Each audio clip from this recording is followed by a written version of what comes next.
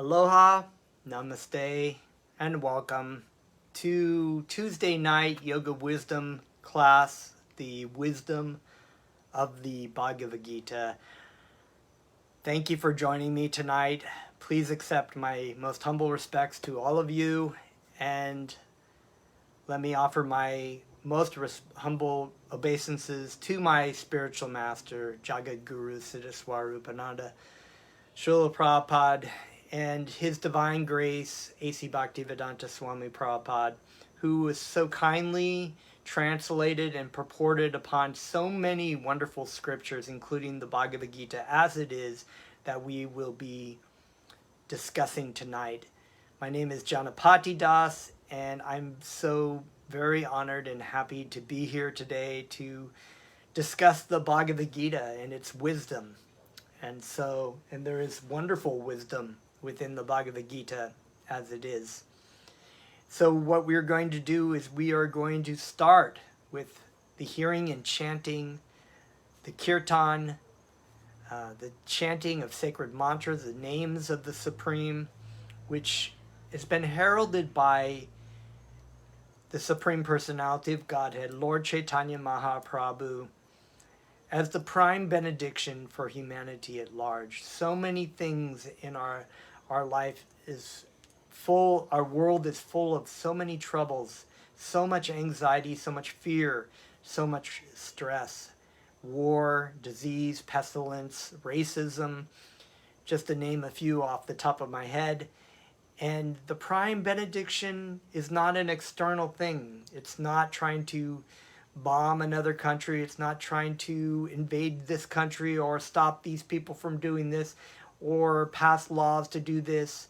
The prime benediction is the names of Krishna, the names of the Supreme, the hearing and repeating the names of the Supreme. Because, as Lord Chaitanya says so wonderfully in his prayers, that it is the prime benediction for humanity at large. And he says, my Lord, the holy names of Krishna are the prime benediction for humanity at large. And there are not even hard and fast rules for doing this name. So in this day and age, it's very easy to understand self-realization, to understand who we are, what the purpose of our life is, what the meaning of the Bhagavad Gita is in our life, by the hearing and repeating of simple hearing and repeating and the taking in of the names of Krishna. So that's what we're going to do. Please join me. If you've not done this before, all you need to do is listen, sit back and listen in the beginning. And I'm going to plug this in. I guess I sort of forgot to plug that in. It's supposed to be my speaker, but that's okay. Probably you can hear me anyway. I'll just take this microphone off because I realized I didn't plug it into my phone. So we'll just use my speakerphone on my phone. Okay. I'm going to do a couple mantras here. The first one is to offer respects to my spiritual teacher, who is, what I'm going to be talking about tonight is nothing that I've come up with or learned on my own. It's something that was handed down by my spiritual master to me. And so he also taught me this hearing and chanting of Krishna's names, which I'm sharing with you tonight. So please join in. You just listen the first time through. Hello, Yolanda. And you can just take it in. Let it rest in your heart. Second time through, just sing it back with me.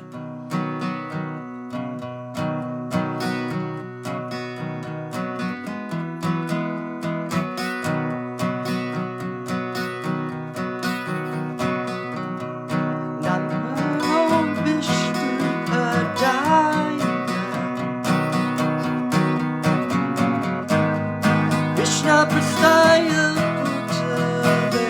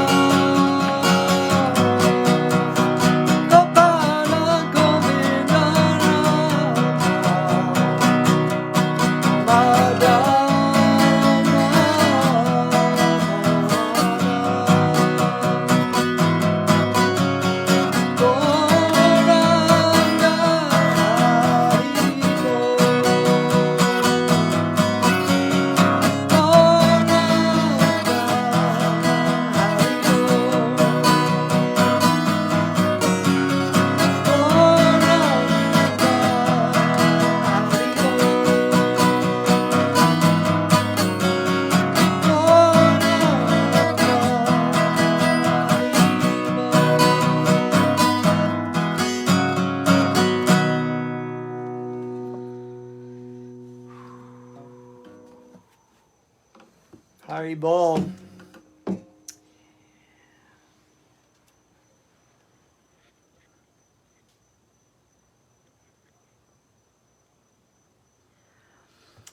Thank you very much. Good evening again. If anybody has just joined me now, my name is Janapati Das, and we are about to get right into our Bhagavad Gita, the yoga wisdom of the Bhagavad Gita as it is. So, as I say all the time, to have a 1 hour class on the wisdom of the Bhagavad Gita and trying to summarize it completely, actually, you can't ever really fully.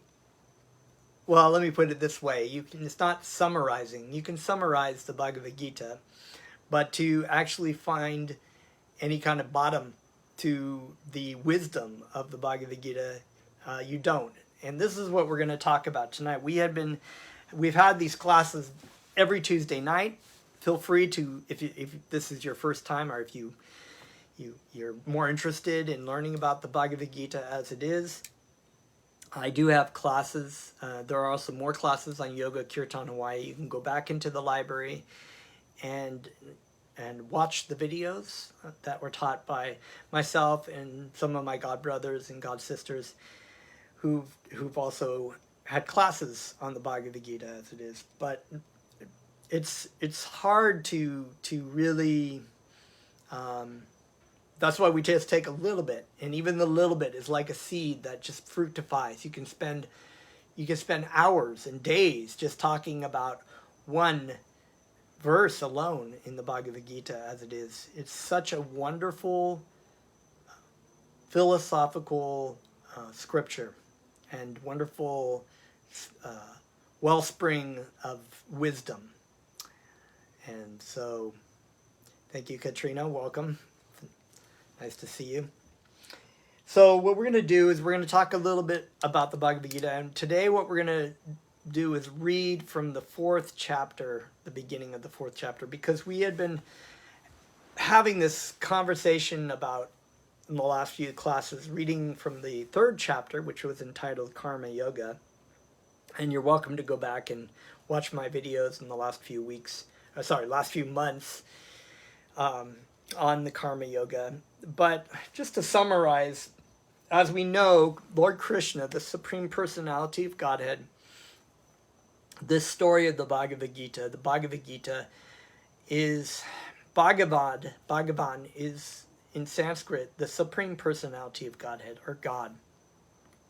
Gita is a song. So roughly translated, the Bhagavad Gita is the song of God. It is the song of God, but it is also more than just a song of God. It is also a love song. It's a relationship. It is an eternal relationship, a relationship between the Supreme Person and every living entity. So in this story, we have the Supreme Personality of Godhead and his dear friend and devotee, student, disciple, you could say, Arjuna. Arjuna was a warrior prince. I mean, when I say warrior prince, a lot of times we see modern day warriors and we think, oh, they're very noble. But these kind of warriors back in this time, these kshatriyas, as they're known, were amazing warriors. Not just amazing in skill. I mean, the skill, no warrior could even approach.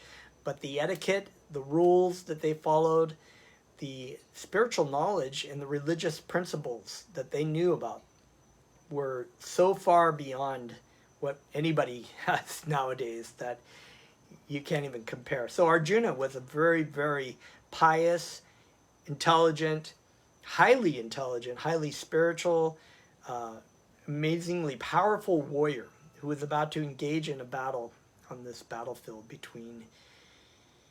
with his brothers and the people supporting him against also relatives and his cousins on the other side, fighting over from a superficial level, meaning the kingdom over the kingdom. And that story is in the epic Mahabharata, which I recommend that you read, or if you can find a translation of it. Or it's the world's largest epic, some 18,000 shlokas or verses, and it's just extremely immense and full of spiritual knowledge and exciting story. Very wonderful.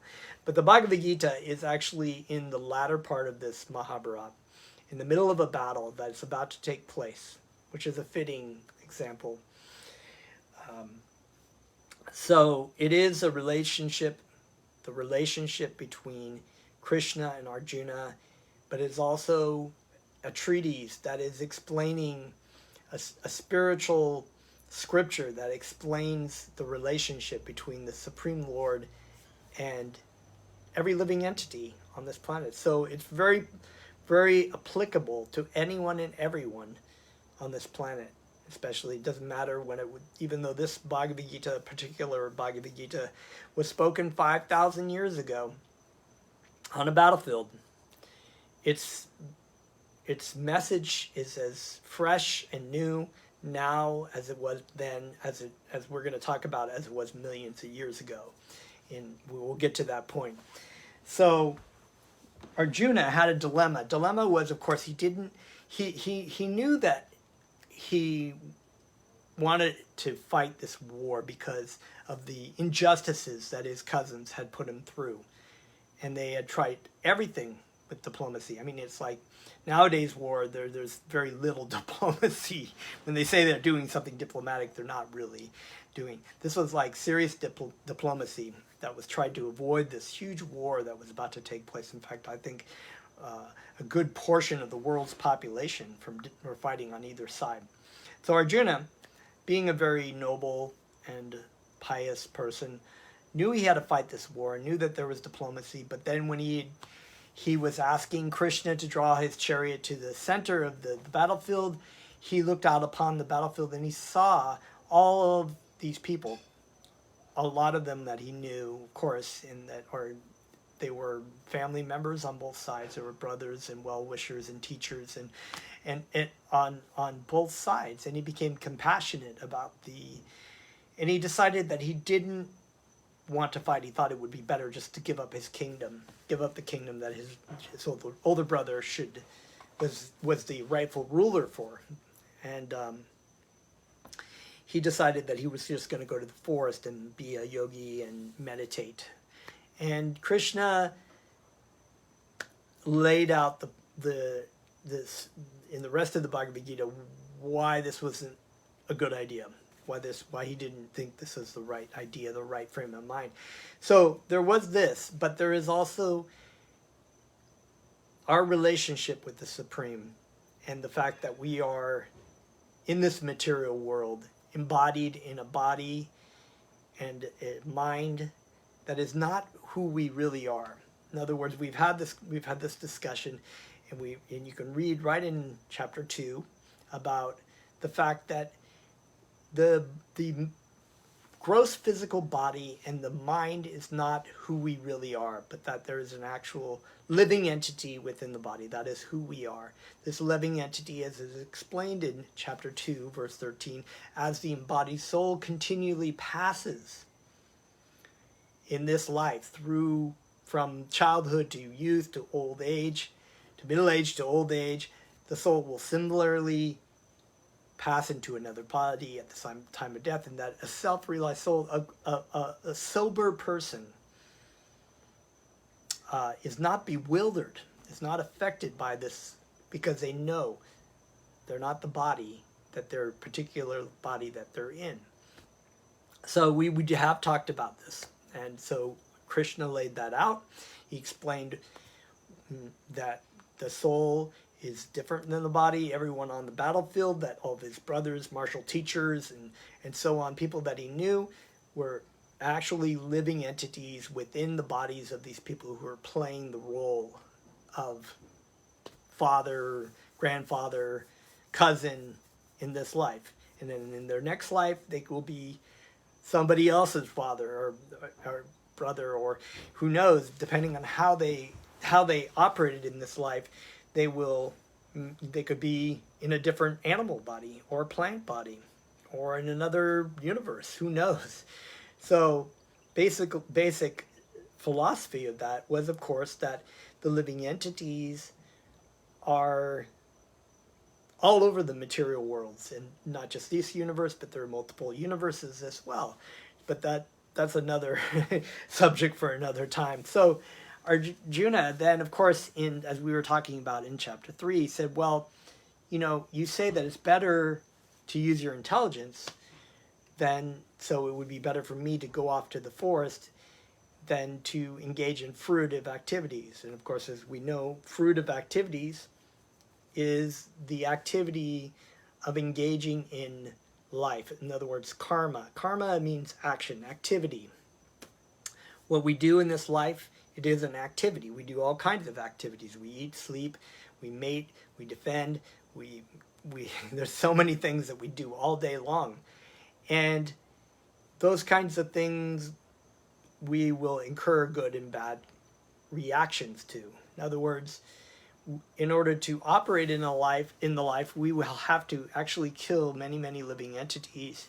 Even if we eat a very clean diet, like a vegetarian diet, still there are many living entities that we have to kill.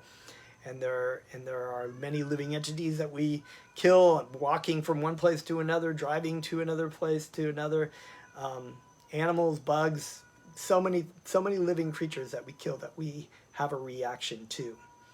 So this is what karmic reaction.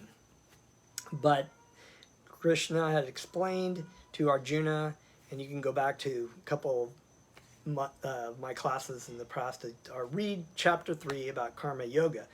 So he was explaining that it's okay, it's better to use your intelligence in the things that you do now, instead of trying to play a role that you're not ready for, and also setting an example for people who are in a particular state spiritually. And now that's the point to say that every living entity is in a different spiritual place.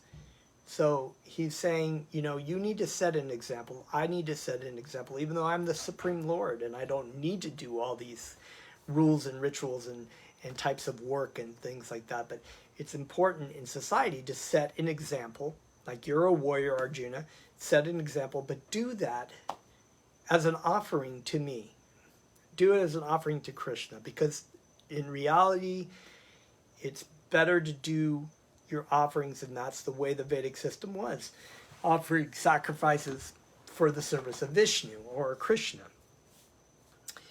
Nowadays, not many people do that kind of offering, but you can engage your life in a spiritual meditation to God and not incur karmic reaction because of it. So he was saying, okay, this is the best thing to do, and at the same time, you can curb this idea of lust, lust is, of course, the desire, the burning desire to own and control, which is the predicament that we are facing in this material world.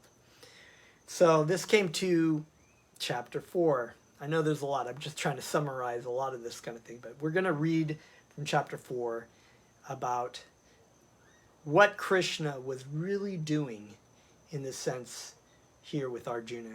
He was setting something up. I'm just going to read through a couple of these first verses and read some of the purport by A.C. Bhaktivedanta Swami Prabhupada. So chapter 4 is called Transcendental Knowledge. And we'll remember that, transcendental knowledge, because we're talking about the yoga, we're talking about the yogic wisdom, the wisdom of the Bhagavad Gita. We're talking about true transcendental knowledge. And the Blessed Lord said, I instructed this imperishable science of yoga to the sun god Vivishvan, and Vivishvan instructed it to Manu, the father of mankind, and Manu in turn instructed it to Ishvaku. Text 2. This supreme science was thus received through a chain of disciplic succession, and the saintly kings understood it in that way. But in course of time, the succession was broken, and therefore the science as it appears to be lost. text 3. That very ancient science of the relationship with the Supreme is today told by me to you, because you are my devotee as well as my friend. Therefore, you can understand the transcendental mystery of this science. So, these 3 verses are so pertinent about the decimation of information, of knowledge. And I want to talk a little bit about this idea, about this imperishable science of yoga. So those words, put those in your head, okay? So what I like to do is I am very interested in the, what was it, epistemology? I guess that's what you call it. It's epistemology, the meaning of old words and how they reflect on modern day. So some of our oldest languages, of course, are Latin, Greek, and Sanskrit. Sanskrit is actually the oldest language on the planet. It's the originally spoken language. It's the original language of humanity. And these things like Greek and Latin are derived from Sanskrit. And they're very pertinent because they're very deep languages. And they're languages that have a lot of meanings. And like a flower, they tend to create a larger understanding of a word and its meaning. And that's why I like to study, because what we use today in English or French or whatever has come from these as sort of like branches from these original languages.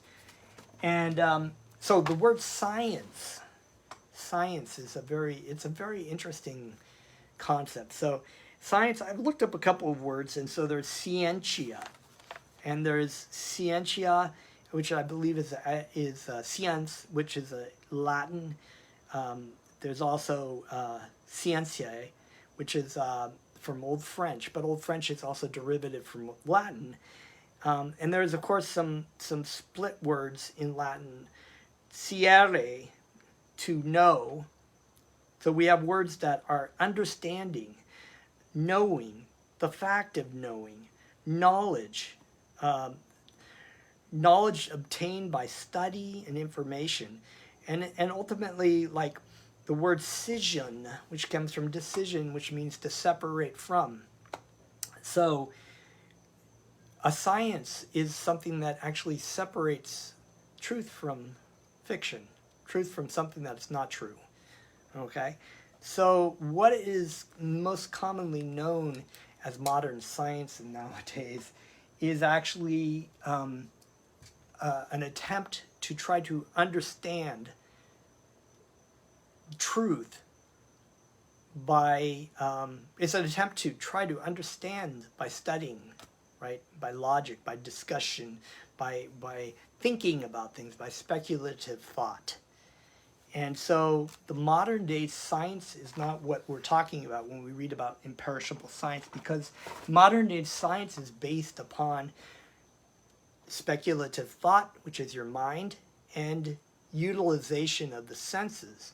So this isn't really an attempt to bash upon scientific thought, because there is some use for it. But to understand the absolute truth, we have to derive our information from the Vedic thought. The Vedic thought is self-evident. So you can't really say that, you know, trying to prove something by utilizing an inferior speculative thought as a basis for trying to prove something, by trying to prove something that is self-evident and is the absolute truth, doesn't work. So, you know, this is the discussion I have sometimes with people. They try, prove that this exists. I said, well, here it is right here.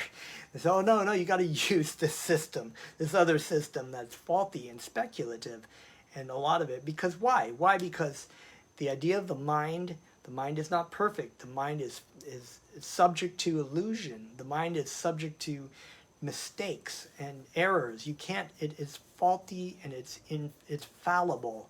In other words, the systems of trying to understand with your mind, which Krishna explained to Arjuna, there are 2 types of men in chapter 3. He said those are those who try to understand the truth by what we call the ascending process.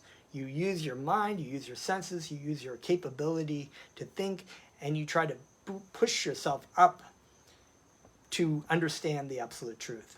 But that is not a very effective thing because you have so many defects in your mind and your senses. The other process is the receiving of information. And this is what we're talking about here. The hearing and chanting of Krishna's names. It's not something that's just made up. It's a process of helping to clear your mind, clear your thought, clear your heart so that you can receive the information as it's handed down through disciplic lineage. And so that's what they're talking about here, that this knowledge was this imperishable science of yoga. It's not like, oh, I can do downward facing dog or something. Yoga was actually, which is a word that actually means unity, or a relationship. It is this Bhagavad Gita. It is this relationship of the Supreme Lord with the living entity, which is a part and parcel of the Supreme Lord. It's the eternal relationship. The living entity is inferior in nature. It is subject to illusion. But when it is turned towards the absolute truth, it can receive the information. In other words, it doesn't become that absolute truth, but it's one in relationship. Like Lord Jesus Christ said, I and my Father are one. He didn't mean that he was God. He meant that he was in a loving relationship with his Father. His will was dovetailed.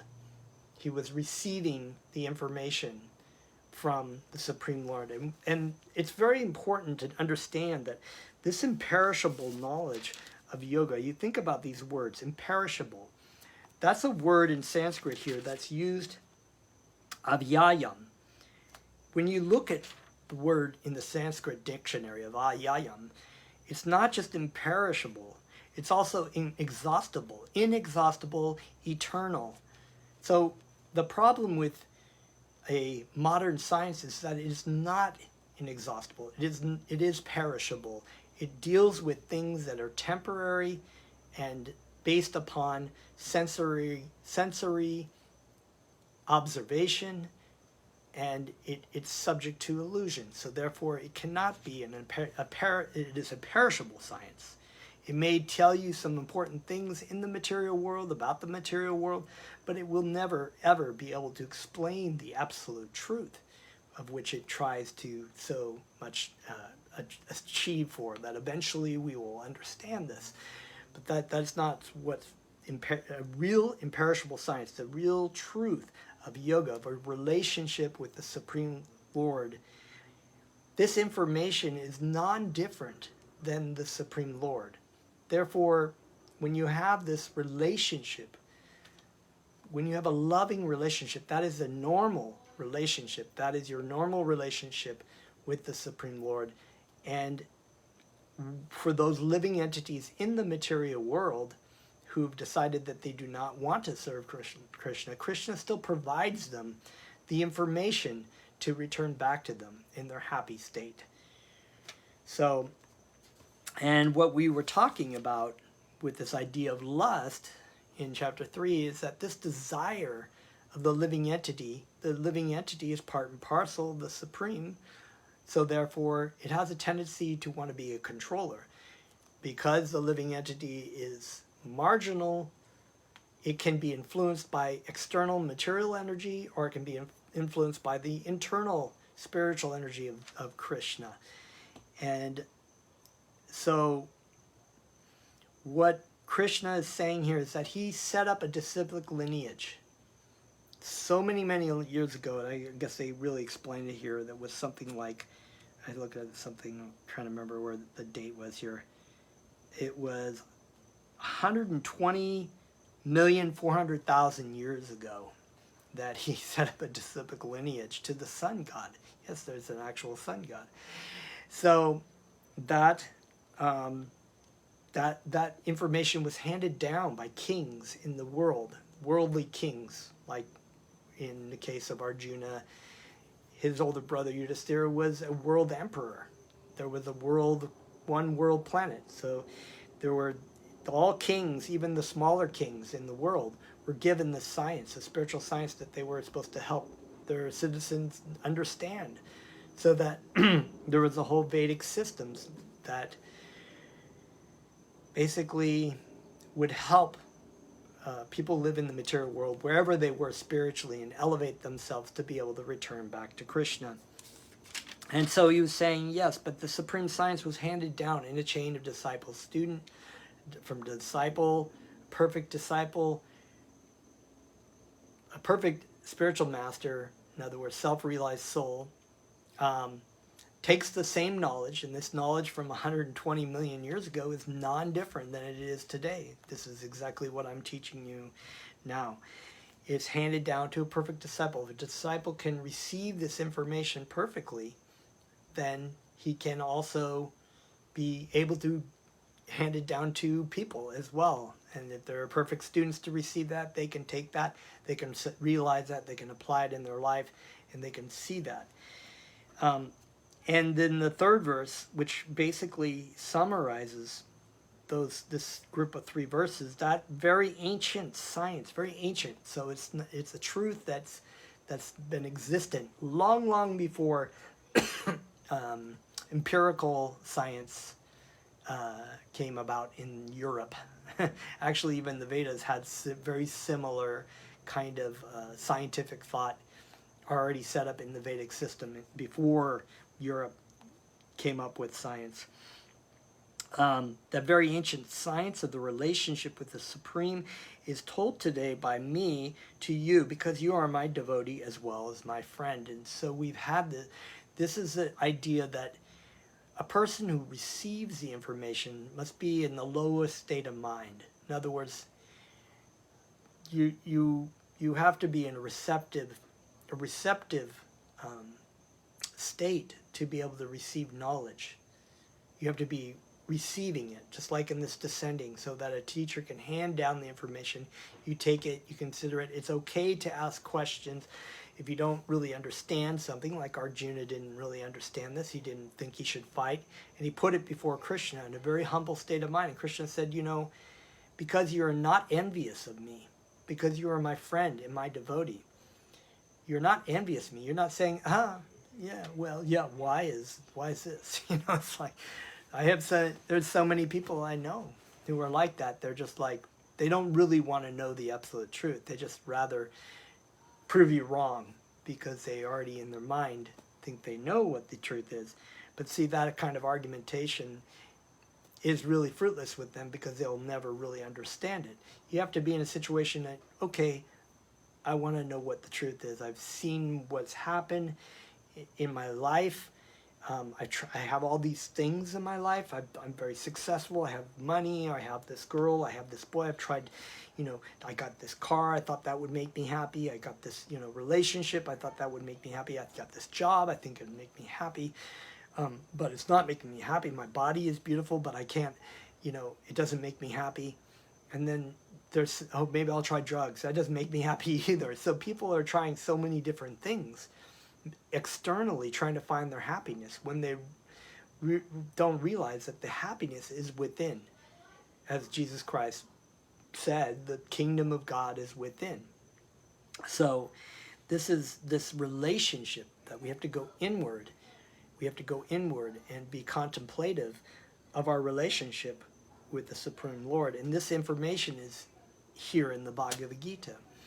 And the best way to hear, and when I say hear, I don't mean just like listening. It's also about hearing from a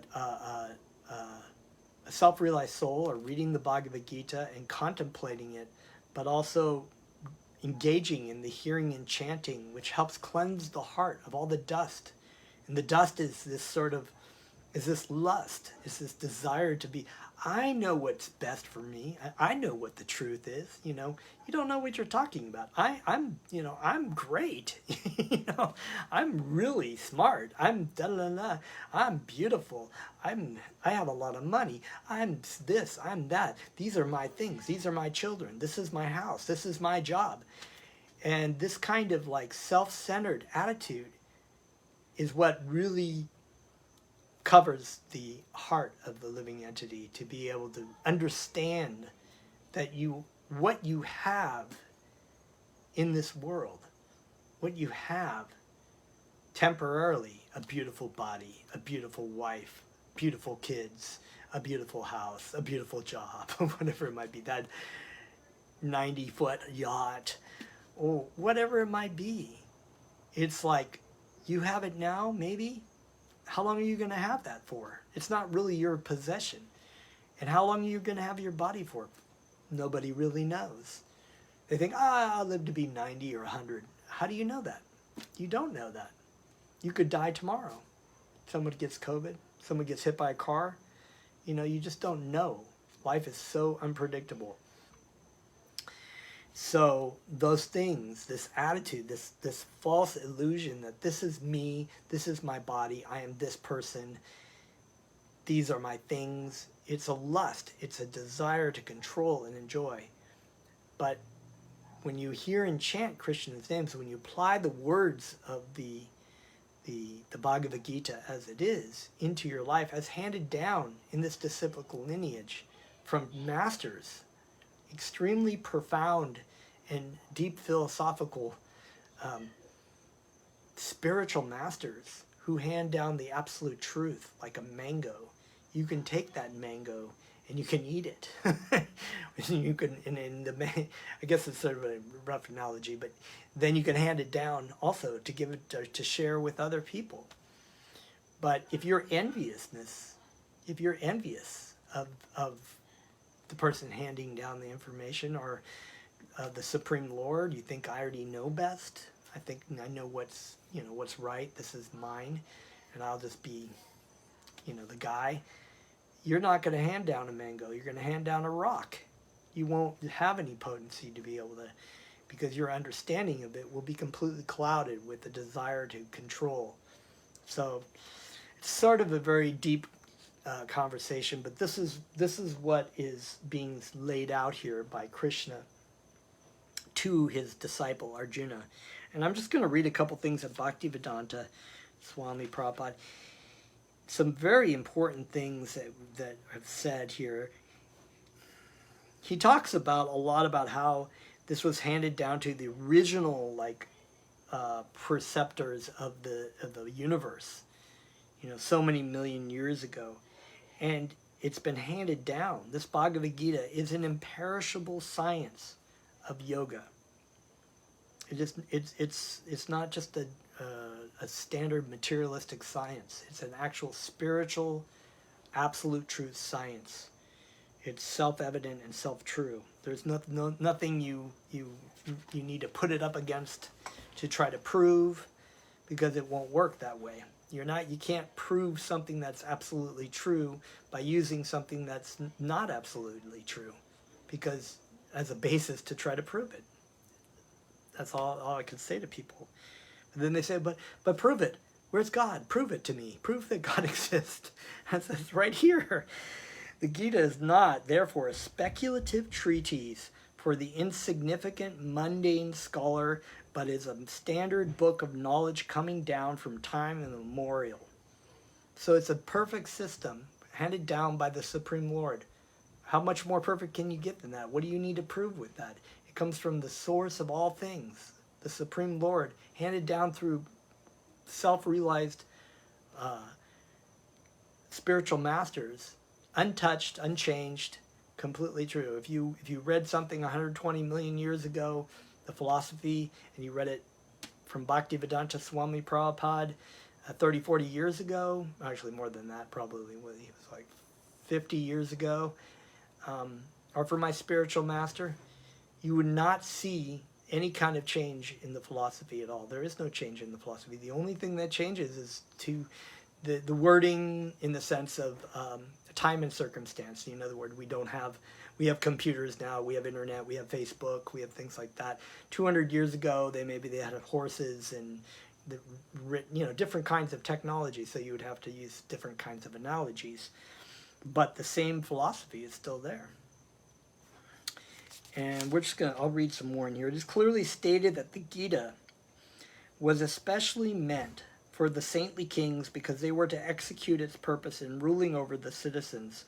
Certainly, Bhagavad Gita was never meant for the demoniac persons who would dissipate its value for no one's benefit and would devise all types of interpretation according to personal whims. So there are a lot of translations, and even Bhaktivedanta talks about in this beginning of this book, the Bhagavad Gita translation, that he calls it the Bhagavad Gita as it is because there are many people who translate Bhagavad Gita with the purpose of personal gain. They are making Krishna into something less, just to try to make money off the Bhagavad Gita. So that is not in the spirit of the Bhagavad Gita. It's actually in the spirit of a demoniac sort of way. And this is, a lot of times people will do that when they try to set up this idea of understanding the absolute truth from their own personal mental capacity to understand things. So they're, like, I don't see it. I don't see it. I don't understand it. Therefore, it doesn't exist. That kind of thing. And which is another way of saying, really, my knowledge is absolute. They may not be saying that with their mouth, but that's really what they're saying. They're saying, my opinion matters more. And this is really, true about modern day social media. Everybody's opinion counts for everything. Like my opinion, somebody's going to get into they'll say something because they think, I'm the voice of reason. I'll just implement my voice of reason on this particular subject because my opinion is actually much higher than anyone else talking on these things. And that's just what everybody is doing. Everyone thinks that their opinion is like the most important opinion and that they have the highest authority of understanding. And what they're talking about a lot of times is just nonsense.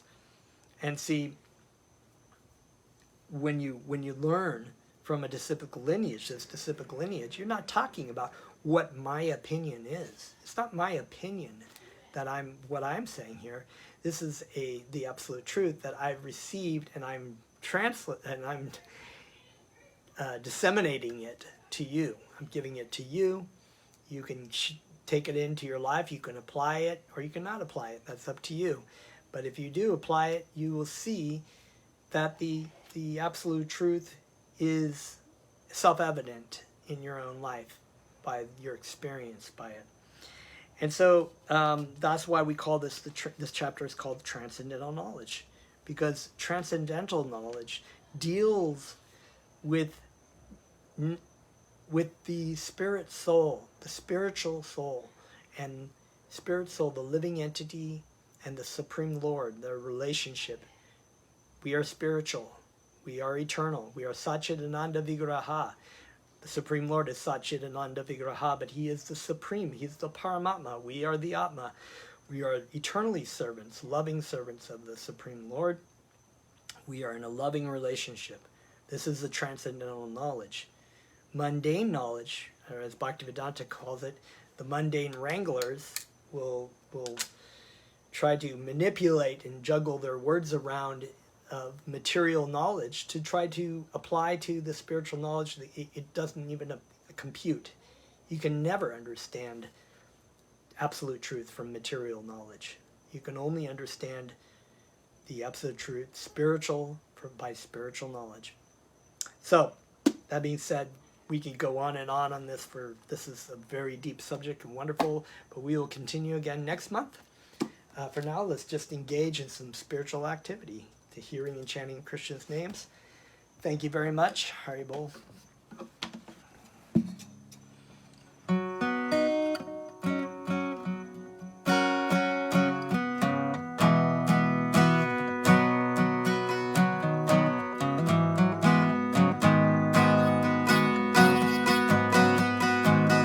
Haribol.